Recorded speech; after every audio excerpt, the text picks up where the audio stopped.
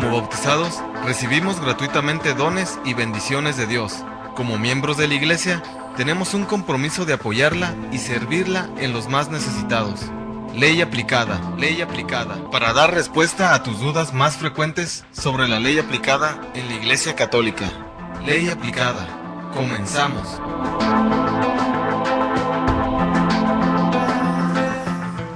Estábamos analizando que el sacramento de la penitencia en la antigua iglesia solo se refería a pecados graves, mortales y públicos.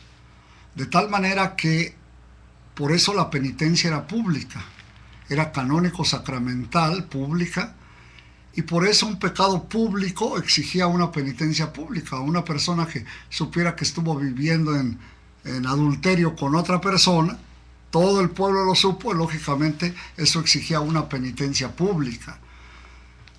Cuando, como digo, después del siglo VII las cosas cambiaron en la iglesia, la evangelización, entonces se introdujo la penitencia privada, que al principio tuvo una mezcla con la penitencia pública, era una penitencia tarifada.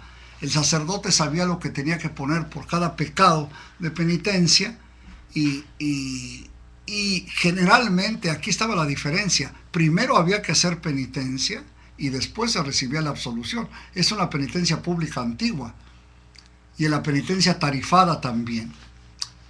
Posteriormente se llegó a lo que tenemos ahora. Como yo le digo, antes era chivo brincado, chivo pagado, ahora es tarjeta de crédito, peque usted lo que quiera y a ver cuándo paga, ¿verdad? Porque la absolución exige una penitencia, es decir, una reparación del daño, una verdadera contrición, un dedicarnos a hacer el bien, a reparar los daños que ha hecho el pecado, porque el pecado tiene una dimensión pública. Yo le digo que yo que atiendo las prisiones, supónganse ustedes que ahorita todos ustedes se arrepintieran y se volvieran buenos, no por eso se acabaría la cárcel. Imagínense usted la estructura de cada país, lo que tiene como estructura el poder judicial con respecto a los delitos. Es una cosa tremenda, una cosa monstruosa. La cantidad de leyes, de jueces, de secretarios, de instituciones, de la policía, del Ministerio Público, en fin, toda una serie de cosas que tiene como respuesta al pecado, y por consiguiente el que solo la persona se arrepienta, inclusive muchos, no significa que se va a acabar la estructura que ha dejado el pecado. Ahí está la importancia, que no nos damos cuenta que no basta también estar arrepentidos, sino que hay que hacer algo que demuestre que hemos cambiado y que queremos hacer algo por el daño que hemos hecho y por la estructura de pecado que ha dejado nuestras faltas, ¿verdad? No basta nada más, ya me voy de la cárcel y ya pagué. Eso de pagar, quién sabe qué será, es un pago tan relativo, pero lo ideal sería el que hubiera una verdadera reparación, un verdadero cambio, una verdadera contrición, una verdadera hacer el bien dedicarnos a hacer el bien a los demás por el pecado que hemos cometido. Además que unos son irreversibles. El homicidio, pues, ¿qué podemos hacer? No podemos resucitar a la persona.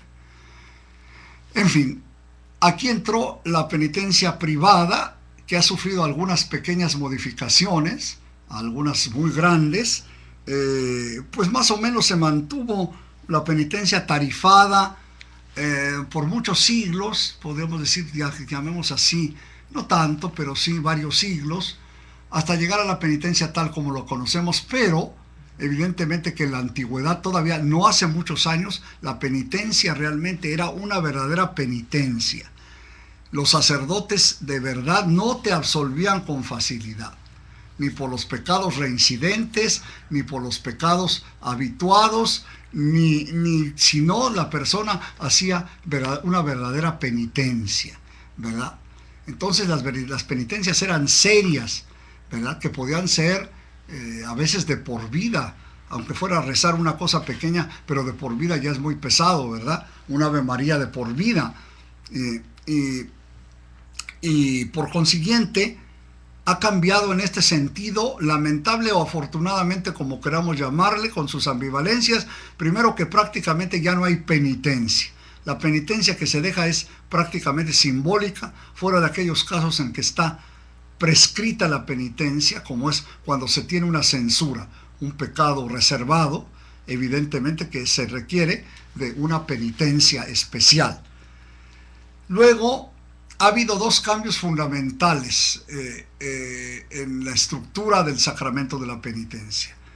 Dos que van entrando lentamente, que no han tenido mucha aceptación, y que pues la Iglesia, como todo instrumento humano, a veces entra una ley, no funciona, se vuelve a poner la ley, no funciona, en fin, se va tanteando, llamemos así, hasta que llegue a un verdadero estatus. ¿Cuáles son los cambios fundamentales que ha tenido de la penitencia que conocemos todos, que tuvimos hasta el Concilio Vaticano II? Como digo, con sus diferencias, que era mucho más estricta la penitencia, tanto con facilidad se negaba la absolución, con mucha facilidad, y segundo, que se imponían verdaderas penitencias, ¿no? Que podían ser un rosario por un año, ¿verdad? Todavía las penitencias que pone Roma por un pecado reservado, a veces es rezar el rosario todo el año, ¿verdad? O alguna penitencia así, ir de visita al Santísimo Sacramento 2 veces a la semana, en fin, alguna penitencia que realmente sea duradera por bastante tiempo, cuando es un pecado reservado. Bien, ¿qué podemos decir de los cambios fundamentales? Los cambios fundamentales que han habido son los siguientes. Primero, la absolución comunitaria y el acto de contrición con valor jurídico. La absolución comunitaria nació por muchas cosas. Nace primero por la gran cantidad de penitentes con respecto al número de sacerdotes que hay. Segundo, que en muchos pueblos, muchas regiones, la gente se queda sin el sacramento de la penitencia sin culpa. Simplemente no hay sacerdotes. El padre viene aquí una vez al año, hace los bautizos y se va. O viene 2 veces al año, una vez bautiza y otra vez es casa y se va. Toda esa gente se queda sin los sacramentos sin culpa alguna, ¿verdad? Son muchísimas las regiones en México mismo que hay este problema. Yo recuerdo haber tenido un compañero que tenía 120 pueblos. Dice, ni siquiera puedo visitarlos una vez al año. Entonces, nace también de la mala formación de la gente. Es decir, la gente no alcanza a entender hoy día que el sacramento de la penitencia mira primordialmente y fundamentalmente al pecado mortal. Al pecado mortal, al pecado grave, y no mira directamente a los pequeños pecados, a las imperfecciones, a los pecados veniales. La gente está muy mal acostumbrada, corre a confesarse, la gente piadosa, de cualquier cosa, de cosas irrelevantes. Si a veces uno oye las confesiones de cierta gente, no, pero si usted no tiene ningún pecado, ni siquiera algún pecado venial, tiene usted imperfecciones, ¿verdad? Que yo me enojé porque me machuqué el dedo y dije una grosería, ¿verdad? Tuve un movimiento primo de cualquier cosa, significa un movimiento casi involuntario, ¿no? ¿Verdad? Esos no son pecados, ¿verdad? Sino que la gente dice, hice un coraje enorme, y entonces piensa que ya ha cometido un pecado mortal. De ninguna manera. Viviríamos simple y sencillamente pecando todo el tiempo y todo el día. Afortunadamente hay que pensar que el pecado es como el cáncer, es una cosa gravísima, es un verdadero estado, un estado de pecado habitual que tiene la persona. No debería ser, sobre todo no debería existir así nomás porque sí, ¿verdad? Entonces, esta idea que tiene la gente, que es difícil de corregir, en la gente piadosa, en las monjitas, en la gente que frecuenta, ¿verdad? Tenemos que corregirla, ¿verdad? Saber cuándo con sindéresis, con sentido común, podemos acercarnos a la confesión, que además, según las normas canónicas, ya no es tan frecuente como era antes, ¿verdad? Ya los seminaristas y sacerdotes no se confiesan cada 8 días, ¿verdad? Ni las religiosas, ¿verdad? Ya no tienen espacios más amplios para la confesión, ¿verdad? Se dice frecuentemente en los tiempos oportunos. No es como antes, que era una prescripción de a los novicios, a las monjitas, de que se confesaran cada 8 días. Esto ha quedado en el nuevo código prácticamente, y en las constituciones de los institutos ha quedado abolido, ¿verdad? Frecuentemente no significa cada 8 días, ¿verdad? Sino puede ser cada mes, cada 2, 3 meses. Para una sólida vida espiritual es suficiente, ya que el antiguo precepto de la Iglesia, ¿cada cuándo obliga? Solamente una vez al año, ¿verdad? Solamente obliga una vez al año. Hace poco una persona platicaba conmigo y dice: me cuesta mucho confesarme, padre, desde siempre. Bueno, acuérdense que no está obligada más que una vez al año, ¿eh? Una vez al año es al contrario, ¿verdad? Es una verdadera oportunidad de revisar muchísimas cosas, ¿verdad? Bien. Vamos a una pausa comercial y enseguida estamos con ustedes. Ley aplicada.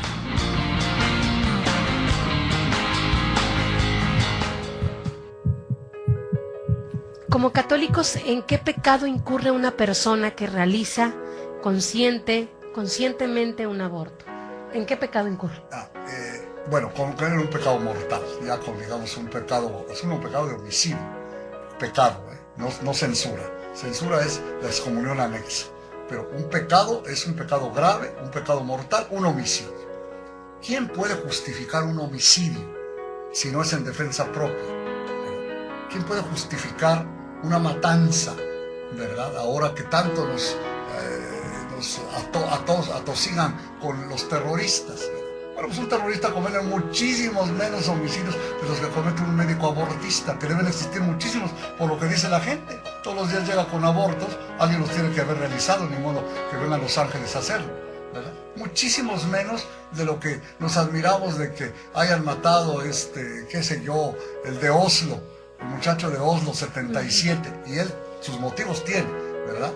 Y ha herido a 100, nos parece algo, a algunos les parece monstruoso, pero nos admiramos de que cualquier médico o ginecólogo aquí del Seguro Social, ¿verdad?, de México, de la Ciudad de México, a lo mejor tiene, pero muchísimos más abortos que ha cometido, ¿verdad? Es la falta de respeto a la vida y la falta de proporción a que la vida debe ser sagrada en todos los casos. Si me dejaron vivir, yo elijo la vida.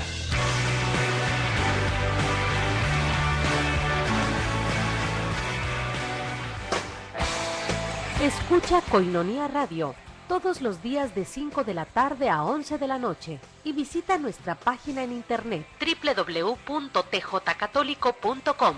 Koinonia Radio, 1420 AM. 1420 AM.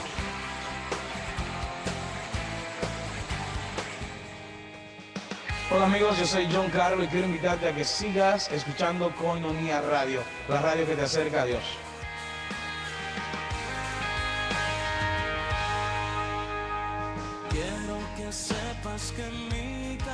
Son las 8 de la noche con 14 minutos. Ley aplicada. Estamos de regreso. Aclara tus dudas. Comunícate al teléfono 622-8962 en Tijuana y 866-228-4305 desde Estados Unidos. Continuamos en Ley aplicada. Ley aplicada. Ley aplicada.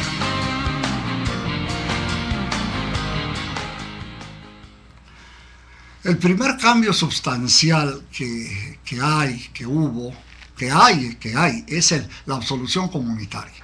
Está vigente, lamentablemente no ha entrado ni homogénea, ni adecuadamente, ni el pueblo cristiano está acostumbrado a ella. Las razones son múltiples. Las razones son por una resistencia misma de la gente. Las razones son a veces porque se ha abusado de esto, ¿verdad? Y entonces Roma, ¿verdad? Los dicasterios romanos a veces van adelante, a veces van atrás, a veces adelantan un poco, a veces vuelven hacia atrás. Entonces, esto ha hecho que no se haya aprovechado todo lo que es la absolución comunitaria. Yo recuerdo aquí en México que don Sergio Méndez Arceo, el obispo tan discutido, tan avanzado, el historiador, había puesto en su diócesis la absolución comunitaria. Los obispos sacaron una pastoral quejándose, pues no condenándoles, pero decir que la práctica era inadecuada. Y no habían pasado 2 o 3 meses cuando sale el primer documento ya oficial sobre la absolución comunitaria. Cuando yo regresé de Roma, de haber estudiado en Roma, tuve la oportunidad de ir a dar ejercicios al clero de Acapulco, que estaba un padre, Pilar Quesada Valdés, anciano ya, conservador, pero que tenía mucho sentido común, porque saliendo de los ejercicios espirituales quedó totalmente clarísimo qué días se podían dar la absolución comunitaria, con qué ocasiones, en fin, todas las dudas que pudieron sacar los sacerdotes, ¿verdad? Todas las dudas de los sacerdotes, cómo se debía aplicar esto, y se hizo uniformemente. Me imagino que seguirá todavía. Otras diócesis, yo recuerdo, por ejemplo, fui a dar ejercicios también a la diócesis de Tampico, el señor Gallardo, un agustino, terminando, él estuvo en todas las charlas de una semana, salieron todos los problemas. Cuando terminó, me admiró, dice, aquí está la legislación para esta diócesis. Una legislación equilibrada, una legislación aprobada por el obispo, prevista para muchos casos, y entonces, bueno, pues las cosas funcionan bien. Porque si lo que pasa en una arquidiócesis o en una diócesis grande, yo lo digo porque yo estuve en la Arquidiócesis de México casi toda mi vida, que tiene tantas diferentes formaciones, tantos diferentes pensamientos, tantas diferentes prácticas, entonces resulta que se vuelve un caos. Yo estuve muchos años, 8 años, en el templo de San Felipe de Jesús, un templo tradicional con confesiones todo el día, que había en aquella época, lo sigue habiendo. Entonces la gente iba y se iba a confesar, y a veces que la gente es tan comunicativa, decían, padre, es que en el templo del Buen Tono estaba un padre muy avanzado, el padre Javier González, que ya murió, un músico excelente, compositor de música, director de un instituto que se llamaba Miguel Darío Miranda, a nombre del arzobispo, un liturgo de primera, pero era, a lo mejor, sí, también hizo sus imprudencias, daban la absolución comunitaria por cualquier motivo. Entonces, yo le decía a la gente, mire, madre o señora o señor, ¿quiere usted venirse a confesar tradicionalmente? Véngase aquí confesamos todo el día. Fuera los lunes, todos los días confesamos a todas horas. Desde la tarde, a las 4 de la tarde, a las 7, 8 de la noche, y en la mañana, toda la mañana. ¿Quiere usted ir a recibir la absolución comunitaria? Váyase allá. Pero lo que no había que tolerar a la gente, y eso es lo que hacían muchos, es condenar a los del buen tono, ¿verdad? O condenar peor tantito a los que confesaran en la forma tradicional. Porque el señor arzobispo, el señor Corripio, pues sabía perfectamente cómo funcionaba el buen tono, ¿verdad? Y nunca lo condenó así abiertamente. Entonces, pues el pontífice, el moderador de la penitencia, que es el obispo, lo sabía. O sea que no podíamos nosotros decir que era una práctica indebida, a lo mejor abusiva para mucha gente, ¿verdad? Para mucha gente, porque ya sabemos que se puede recibir la absolución comunitaria, pero es necesario que después nos confesemos personalmente. Cuando hubiera alguna ocasión de la absolución comunitaria, ya sabemos que se hace teniendo las debidas condiciones, ¿verdad? Como cuando nos vamos a confesar personalmente. Segundo, que debemos confesarnos posteriormente, como límite ya es una vez al año. Subsiste el precepto de confesarnos una vez al año del Concilio Lateranense IV del año 1215. Así es que el límite se pueden recibir incluso varias absoluciones comunitarias, pero el límite es una vez al año confesarnos y decir todos los pecados graves. Y sobre todo una cosa que yo le digo, mire, si la absolución comunitaria no la va a hacer quedar tranquila, ni se acerque. Si va usted a hacer una cosa que no sabe, y segundo, que le produce intranquilidad de conciencia, no se acerque, porque al contrario, la absolución comunitaria es para darle a usted seguridad y tranquilidad, y si usted no logra esto, pues significa que la está usted usando indebidamente, ¿verdad? Hay muchos lugares donde se puede aplicar esto, por ejemplo, con los enfermos mentales, con las cárceles, ¿verdad? Con los lugares apartados que obtienen pocos sacerdotes. La primera absolución comunitaria que yo vi fue precisamente en el manicomio de la Castañeda, que tenía 5,000 personas. Yo era estudiante, atendía ese centro, 5,000 enfermos mentales, y una vez llevamos a un padre, el padre Héctor Hernández, que fuera a decir misa. Y fue la primera vez que dice, es imposible aquí hacer cualquier cosa, voy a dar la absolución comunitaria. Y creo que lo hizo allá por los años, yo fui estudiante por los años 60, 65, por ahí, en que era yo estudiante de filosofía y de teología, y la primera vez que vi la absolución comunitaria, ¿verdad? Después de esto, como digo, se tiene que tomar el moderador de todo esto, generalmente es el obispo, ¿verdad? Para lo normal debe haber las leyes para la absolución comunitaria. Yo realmente no he tenido la curia de preguntar cuál es la legislación aquí de Tijuana, ¿verdad? ¿Cuál es la legislación? Voy a preguntarle la primera oportunidad que tenga de hablar al vicario general de esto y otras cosas para ver cuál es la legislación para Tijuana. Pero, por ejemplo, en la iglesia que yo estoy, que somos 5 sacerdotes, que todas las misas de domingo hay confesiones, que todos los días hay confesiones a las 7 de la noche, y además a la hora que la gente vaya siempre lo atendemos, pues no se ve necesario. Pero puede haber que parroquias enormes como las que tienen ustedes aquí, ¿verdad?, con tantísima gente, tuviera la necesidad de la absolución comunitaria. No lo sé y no quiero decirlo de memoria, pero habrá lugares aquí mismo en que sí la absolución comunitaria sea por otros motivos conveniente, ¿verdad? Conveniente. Yo lo digo, por ejemplo, con los enfermos mentales. Los enfermos mentales nunca sabemos en qué estado están muy exactamente, si están conscientes, si no están conscientes, si tienen sus periodos, intervalos de lucidez, y lo mejor es, aparte de proporcionar la confesión personal, yo siempre lo hago, yo atiendo el Hospital de Salud Mental, sí, a veces dar la absolución comunitaria. ¿Por qué? Porque así es ya el que conoce el trabajar a fondo con estos medios, te va dando cierta práctica y vas dando todas las razones. Las razones porque a veces son personas que tienen una situación de angustia muy severa, en fin, diversas actitudes patológicas, ¿no? Lo mismo podemos decir que a veces es casi imposible poder confesar en la cárcel, ¿verdad?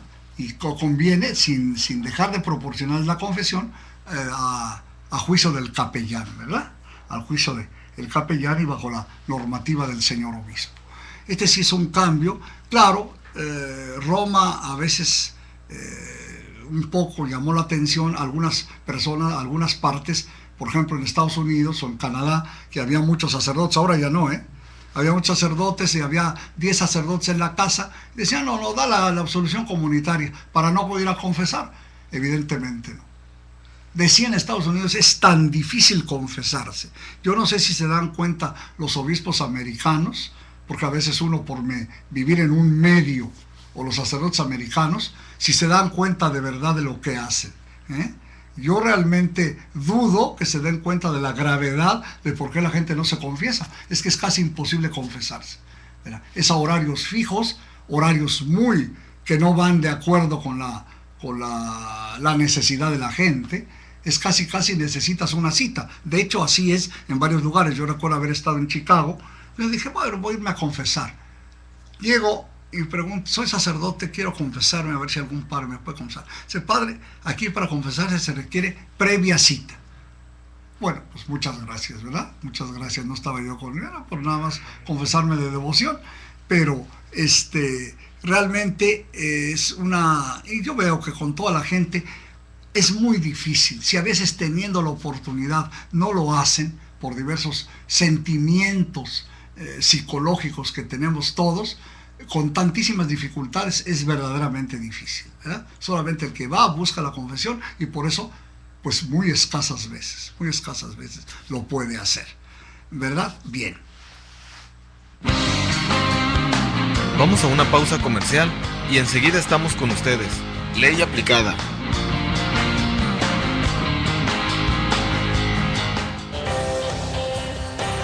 ¿Sabes qué es el amor? ¿Sabes amar? ¿Existirá el amor perfecto? El amor perfecto es el de Jesucristo, y al unirnos a Él podemos alcanzarlo y resolver todas las preguntas del amor. Escúchanos de lunes a viernes de 5 a 6 de la tarde en Koinonia Ágape, Comunidad de Amor. Todo lo que Dios nos manda nace de su amor y todo es bueno. Sintonízanos en la 1420 AM y en www.tjcatólico.com desde internet. Koinonia Ágape, porque Dios es la fuente del amor.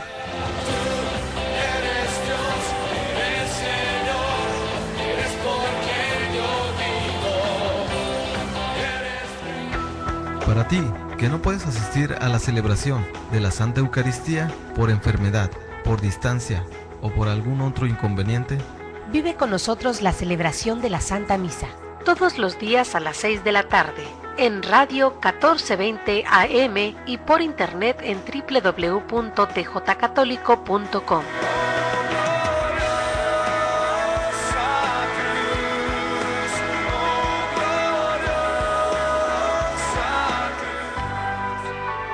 En todos los tiempos han nacido movimientos, se integran en la vida de la Iglesia, aunque en ocasiones no faltan sufrimientos y dificultades. Conócelos e intégrate a alguno de ellos según tu corazón lo necesite. La Iglesia en Movimiento. Los lunes de 9 a 10 de la noche tienes una cita para ponerte en movimiento. En la conducción del Padre Miguel Ángel Sánchez. Producción de Koinonia Radio, la radio de la Arquidiócesis de Tijuana y la Arquidiócesis de Tijuana en tu radio. Y con tu Espíritu Santo un nuevo mundo crear, y con María el andar. Son las 8 de la noche con 27 minutos.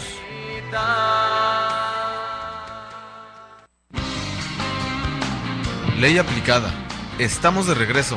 Aclara tus dudas. Comunícate al teléfono 622-8962 en Tijuana y 866-228-4305 desde Estados Unidos. Continuamos en Ley aplicada, Ley aplicada, Ley aplicada. Lo ideal sería que cada lugar, cada parroquia, hiciera un estudio bien hecho, con ayuda de peritos de la diócesis, y se establecieran los parámetros necesarios. Yo digo que inclusive cada parroquia, porque es tan diferente una parroquia de otra, las circunstancias, el tipo de pueblo, las necesidades de la gente. Entonces, sí sería necesario un estudio muy minucioso, acucioso, para aplicar una solución adecuada realmente, adecuada, ¿verdad? Adecuada a las necesidades de la gente.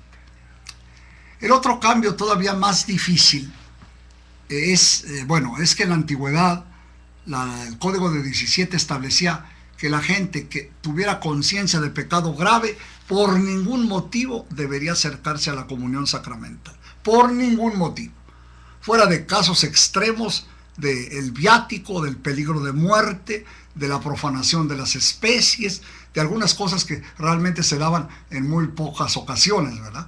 Las profanaciones, la persecución religiosa, en fin, algún hecho extraordinario. De otra manera, no era por muy contrito que se supiera la persona, no podía acercarse a la comunión, y lo mismo el sacerdote a decir misa, ¿verdad? Y si el sacerdote, porque ya estaba reunido el pueblo, porque no podía dejar de celebrar, ¿verdad? Sin escándalo, entonces tenía cuanto antes, inmediatamente, que irse a confesar.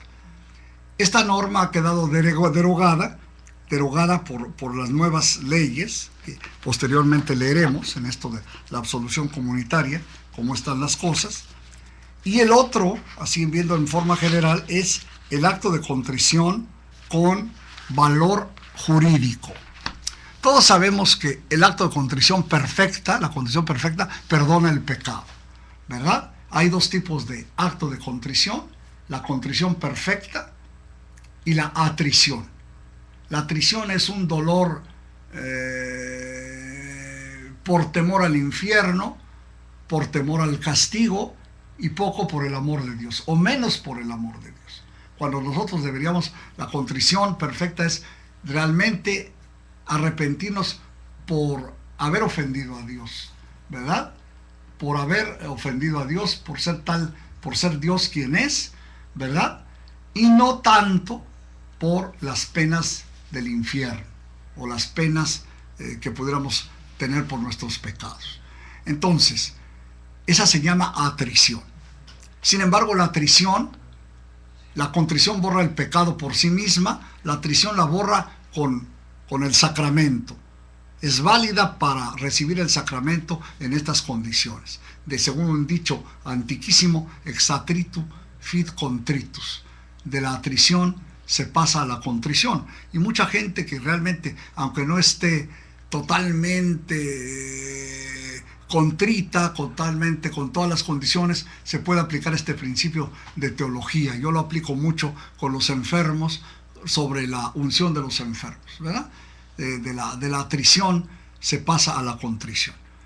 Pero normalmente también era la norma, por contrito que estuviera la persona, no podía acercarse a la comunión sin haberse confesado antes.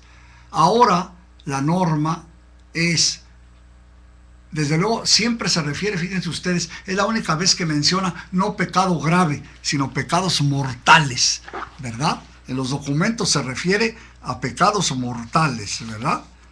Que no se acerque si la persona se siente con pecado mortal. Déjenme ver bien en la de la comunión, en los cánones de la comunión. ¿Y qué pasa? Que ahora en la actualidad dice que si por un motivo serio tiene que acercarse a la comunión, haga su acto de contrición, con el propósito de confesarse en los tiempos oportunos, ¿verdad? Que haga su acto de contrición. En la actualidad, a veces la gente se confiesa: Padre, he comulgado sacrílegamente. En la actualidad, solo comulga sacrílegamente el que quiere, ¿verdad?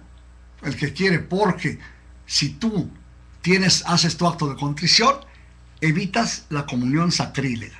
Más aún la tienes con todos los frutos si haces tu acto de contrición, y por un motivo grave suficiente. No hay confesores. Iba yo a ser padrino de primera comunión, padrino de matrimonio.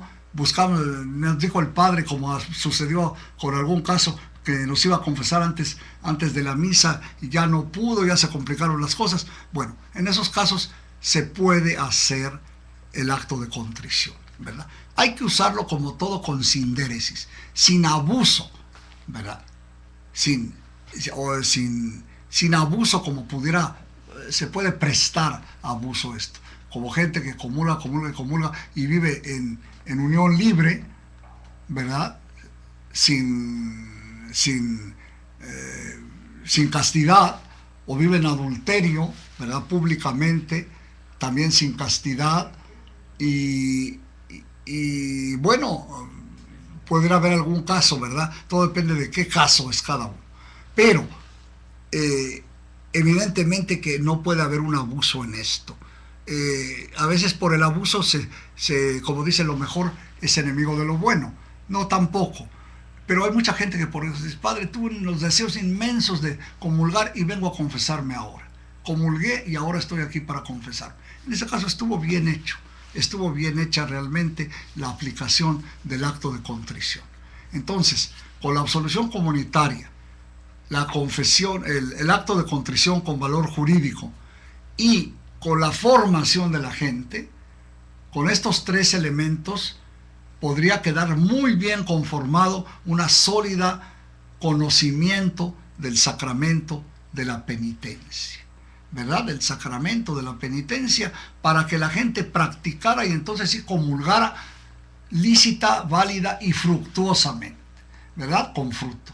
Estos tres elementos se conjugan en un cambio que todavía lo veo muy lejano que quede conformado, porque se requiere pues bastante preparación de la gente, y es lo que no tenemos. Si no conocemos ni el Padre Nuestro, ¿verdad?, si no conocemos ni el credo, como acaba de decir el Santo Padre, pues a veces es muy difícil que le pidamos a la gente que tenga pues ciertas actitudes de conciencia.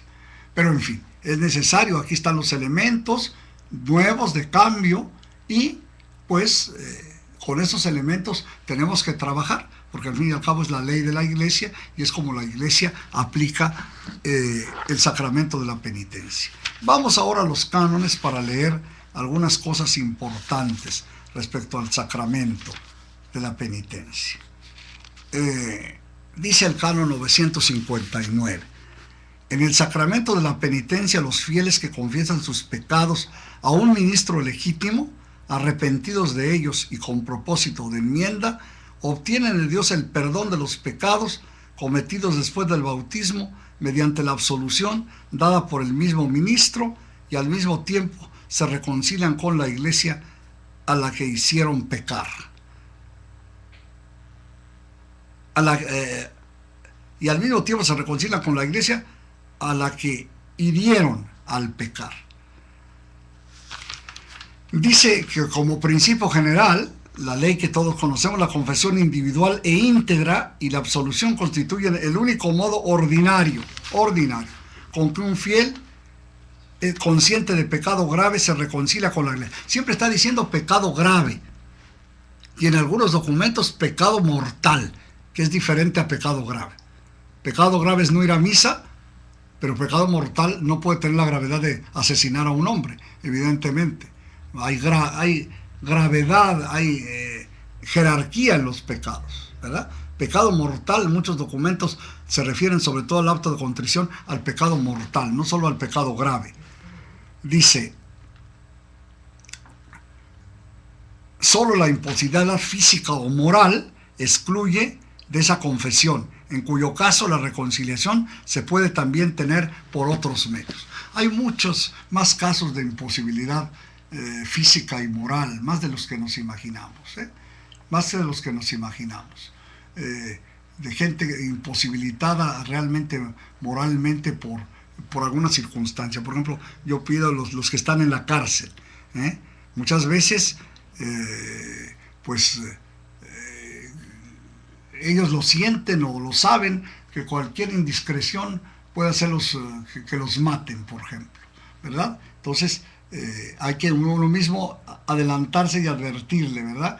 Oye, pues te voy a absolver porque tu situación, si uno ya los conoce, tu situación no te permite confesarse de momento, pero te confesarás después, ¿verdad? Yo recuerdo un caso de un muchacho, asaltabancos, allá en México, en la Correccional de México, que le dije, no quiero confesarte, fíjate, no quiero confesarte porque quiero que te confieses bien.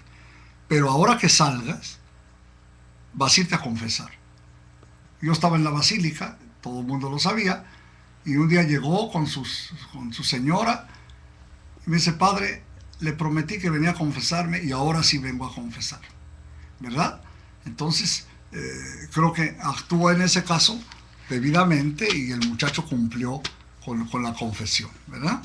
Bien. Dice: vamos a una pausa comercial y enseguida estamos con ustedes. Ley aplicada.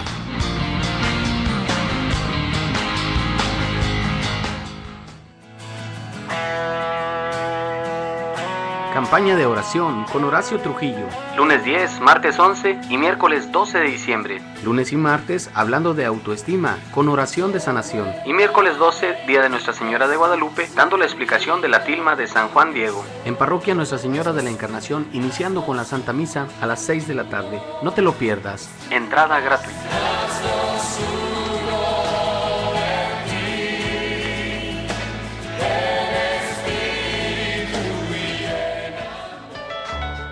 Tú puedes ser distribuidor del folleto La Palabra Eucarística, antes Koinonia Logos, el cual contiene las lecturas de la misa diaria y una reflexión escrita por el Padre Jeff.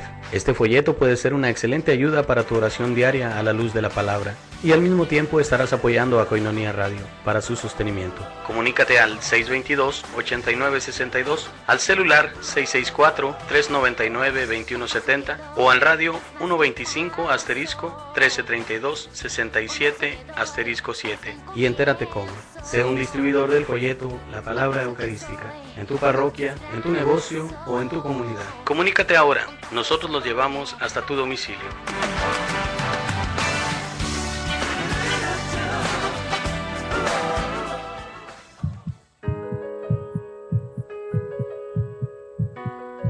¿Qué entiende la Iglesia por aborto? Bueno, pues se entiende por aborto la suspensión voluntaria de la vida, nosotros sabemos por la ciencia, y esto no requiere de ninguna cosa religiosa, ni mucho menos, de que la vida comienza en el momento de la concepción. Cuando se une en el cigoto, que es el huevo, los espermatozoides, el espermatozoo, con los óvulos, en ese momento se configura un nuevo ser que tiene capacidad, si se le proporciona todos los medios, de llegar a ser un ser plenamente desarrollado. Si yo interrumpo voluntariamente cualquiera de estas etapas, en cualquier etapa, sea en sus etapas previas, sus etapas medias o etapas finales, la vida, antes del nacimiento natural, significa pues que es un aborto. Si me dejaron vivir, yo elijo la vida.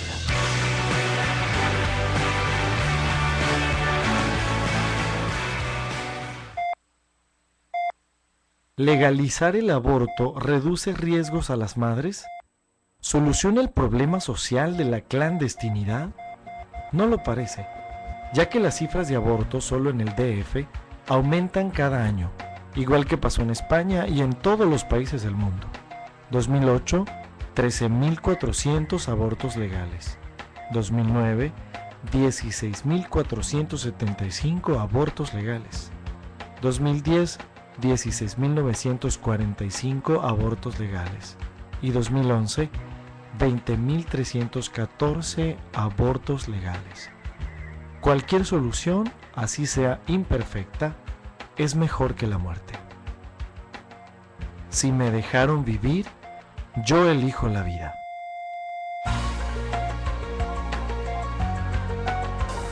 Koinonia Media. Si quieres accesar a nuestra página de internet, ahora tienes dos opciones. La clásica, www.comunidadkoinonia.com, y la nueva y sencilla de aprender, www.tjcatólico.com. Ambas te llevarán a nuestra página principal, Koinonia Media. Disfruta de nuestra programación.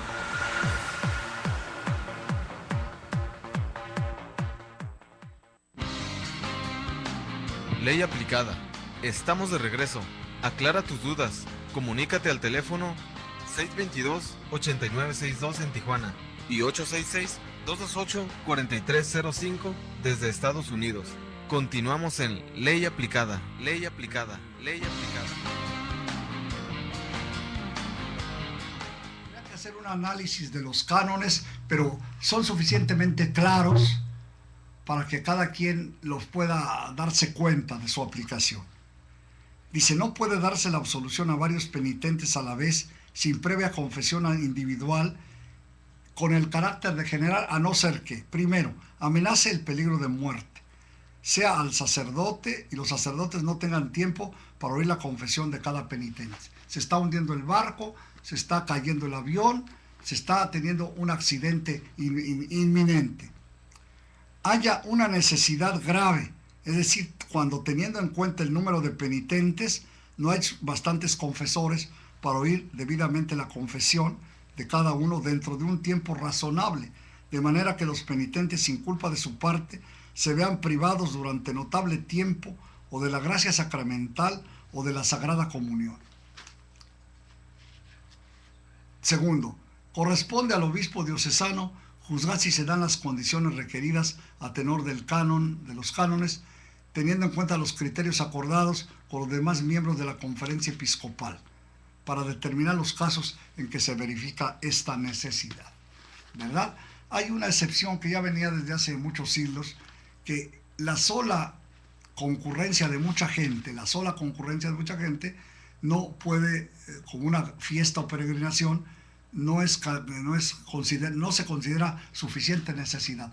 Puede serlo, pero en principio así, si ya se prevé que se va a reunir mucha gente, más bien hay que prevenir que haya los sacerdotes suficientes. Aunque yo les voy a decir, la mayoría de las veces, por ejemplo en la basílica, que uno puede confesar todo el día entero y no puede acabar con la gente. En ciertos días de la basílica, los sacerdotes se sientan a confesar 2-3 horas en el atrio. Digo, no en el atrio, en el presbiterio, 12, 15, 20 sacerdotes. Y ni siquiera los que van entrando puede uno confesar. Van entrando y se van confesando. La gente que va pasando y quiere confesarse, se le ocurre confesarse, necesita confesarse. Y sin embargo, ni siquiera a ellos los puede uno terminar. Siempre deja uno cantidad y cantidad de gente. Bien. Para que el fiel reciba válidamente la absolución sacramental dados a las veces, requiere que esté debidamente dispuesto, claro, arrepentido, en condiciones de vivir la gracia de Dios. Que se proponga además hacer en su debido tiempo la confesión individual de todos los pecados graves en las presentes circunstancias que no ha podido confesar de este modo. En la medida de lo posible, también instruye a los fieles sobre los requisitos expresados y exhórtese antes de la absolución general, aún en peligro de muerte si hay tiempo, a que cada uno haga el acto de contrición. Quedando firme la obligación de que trata el canon 989, aquel a quien se le perdonan pecados graves con una absolución general debe acercarse a la confesión individual lo antes posible, en cuanto tenga ocasión, antes de recibir otra absolución general, de no interponerse una causa justa.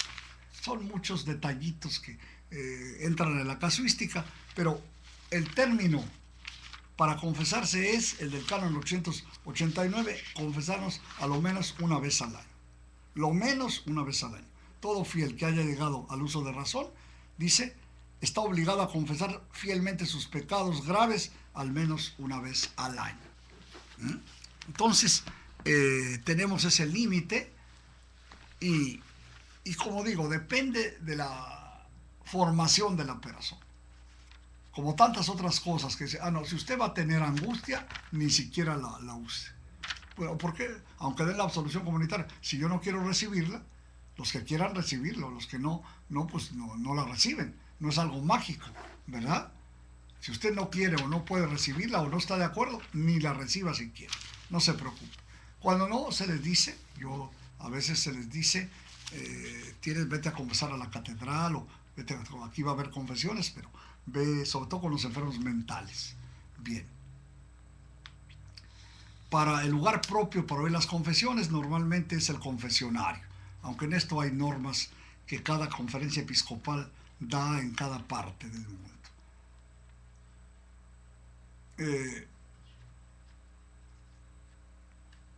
El ministro del sacramento de la penitencia, ya lo sabemos, es solo el sacerdote o obispo, presbítero o obispo. Es el ministro, solamente el presbítero o el obispo. El presbítero, aunque esté en cualquier circunstancia, puede absolver siempre válidamente en peligro de muerte. Siempre. Un sacerdote que esté suspendido, castigado por el obispo, castigado por la Santa Sede, o simplemente que haya perdido el estado clerical, como dicen que aquí hay un padre, yo no lo conozco, ¿verdad?, que Roma lo redujo al estado laical, perdió el estado clerical. Si es un moribundo, si es un enfermo, puede irlo a ver con toda tranquilidad, tanto de parte del enfermo como de parte del sacerdote. Puede absolverlo porque la Iglesia le da licitud canónica para que pueda hacerlo. Aquí vamos a ver el canon, es hermosísimo este canon, 986. No, 976. Todo sacerdote, aún desprovisto de la facultad para confesar, absuelve válidamente a cualquier penitente que se encuentra en peligro de muerte y absuelve lícitamente de toda censura y pecado, aunque se encuentre presente un sacerdote aprobado. Así es que un sacerdote, cualquiera que sea, que haya sido ordenado en peligro de muerte o con un enfermo, no necesita estar boqueando, en peligro de muerte, un enfermo grave, un enfermo delicado, un enfermo que tiene una enfermedad preocupante, bueno, puede, o por una causa externa, ¿verdad? Alguien que tema y sea cierto que lo van a asesinar, lo van siguiendo para matarlo, ¿verdad? Entonces puede absolverlo siempre, de toda censura, de todo pecado, por muy notorio que sea, porque aunque estén reservadas a Roma, el sacerdote siempre podrá absolver válidamente de todos los pecados en caso de peligro de muerte. Este es lo consolador, que cualquier sacerdote nos puede absolver de nuestros pecados y está obligado a hacerlo, aunque esté presente un sacerdote aprobado. Que no, es que el padre sí tiene licencias y tú no las tienes, no. En este caso son iguales para la absolución. Así es que esto es lo misericordioso de Dios y de la iglesia, ¿verdad? Que Cristo ha venido a salvar a los pecadores, de los cuales yo soy el primero, dirá San Pablo, y en este sentido, esto es la realidad que la iglesia predica y practica. Yo recuerdo hace muchos años un sacerdote se había salido del ministerio, y una anciana sabía que había pertenecido a nuestra congregación, me mandó llamar a mí y me dijo: oiga, padre, yo quiero que vaya usted a ver al padre tal. Sí, le digo, sí sé dónde vive. Quiero que le diga que estoy grave, que estoy, y que quiero confesarme con él necesariamente, ¿verdad? Quiero confesarme con él. Y en efecto y el padre fue a confesar, la verdad, aunque ya había perdido el estado clerical. El pueblo tiene ese derecho también, ¿verdad? De que se puede confesar con cualquier sacerdote, ¿verdad? Bien. El canon 977, el único pecado pero en peligro de muerte no fije. Fuera del peligro de muerte, es inválida la absolución del cómplice en un pecado contra el sexto mandamiento del decálogo. Es decir, si un sacerdote tiene un pecado con cualquier persona contra el sexto mandamiento, no puede absolverlo. Solo puede en peligro de muerte, pero en circunstancias normales no puede absolverlo. Puede absolver a todos los otros sacerdotes del mundo, pero no con la persona que ha tenido una falla de índole sexual. Yo les decía esto a los seminaristas y a todos: y lo que Dios no permita, has tenido manitas y patitas y todo lo que se llama todo lo que conlleva las relaciones sexuales o cercanas a ellas, pues con esa persona ya no puedes confesarla nunca. De por vida se te priva de la jurisdicción para confesarla. Por eso es tan sagrado el sacramento de la penitencia, ¿verdad? La penitencia es un sacramento maravilloso y está rodeado de todas las garantías dentro de lo humanamente posible para que sea en el ámbito de la santidad. Lo mismo, si alguna persona, lo que Dios no permita, como decían antes, hubieras sufrido el ser solicitada en confesión, ¿verdad? Pues entonces debe denunciar estos casos. Vamos a ver posteriormente. Antiguamente era muy estricta la norma, ¿verdad? Que hubiera habido algún abuso o alguna invitación, pues lo normal es denunciarlo al señor obispo, a su ordinario, para que tome las providencias del caso. Antiguamente había penas para el que no dijera, para que penas muy perentorias, ¿verdad? Ahora vamos a ver que ha cambiado en esto también la disciplina, pero de todas maneras hay por lo menos la moral, es decir, la obligación moral de hacerlo.